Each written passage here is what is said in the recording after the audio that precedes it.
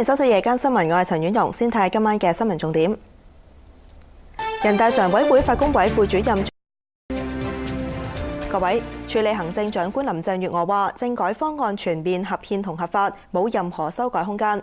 而喺深圳嘅新民黨主席葉劉淑儀引述人大常委會法工委副主任張榮順話，提委會嘅公司票唔能夠轉做個人票，又話佢唔中意袋住先呢個名。新民黨主席葉劉民主黨成員黃成智宣布發起聯署，促請泛民立法會議員考慮喺有條件下支持通過政改方案。何俊仁就話會要求凍結黃成智嘅黨籍。黃迪偉報導。本港17萬個公務員今年嘅加薪參考指標薪酬趨勢調查報告今日出爐，加薪嘅幅度係大約3%至4%。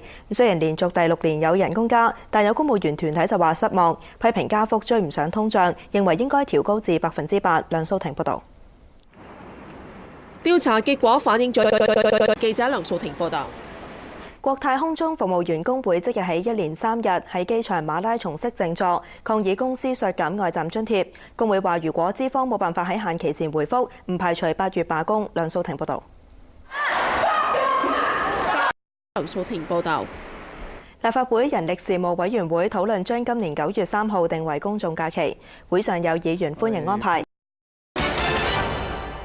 繼續新聞時間，運輸及房屋局副局長邱誠武話，廣深港高鐵香港段工程進度持續惡化，有機會未能夠如期喺2017年底通車。何永生報導。浸會大學暫緩任命校長，今日起加開3場遴選校長諮詢會。大學生會就批評得3場諮詢會並唔足夠。蔡子璇報導。浸大報導。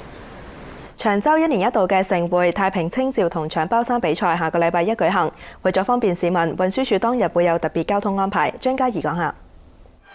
長洲太平下一句㗎，美股表現點啊？美股早段係變動唔大㗎。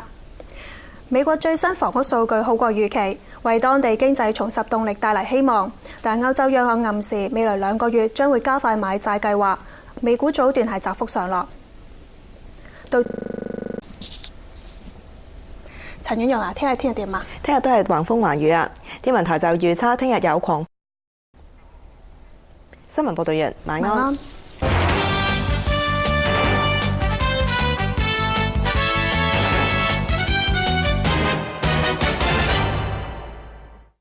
創作超過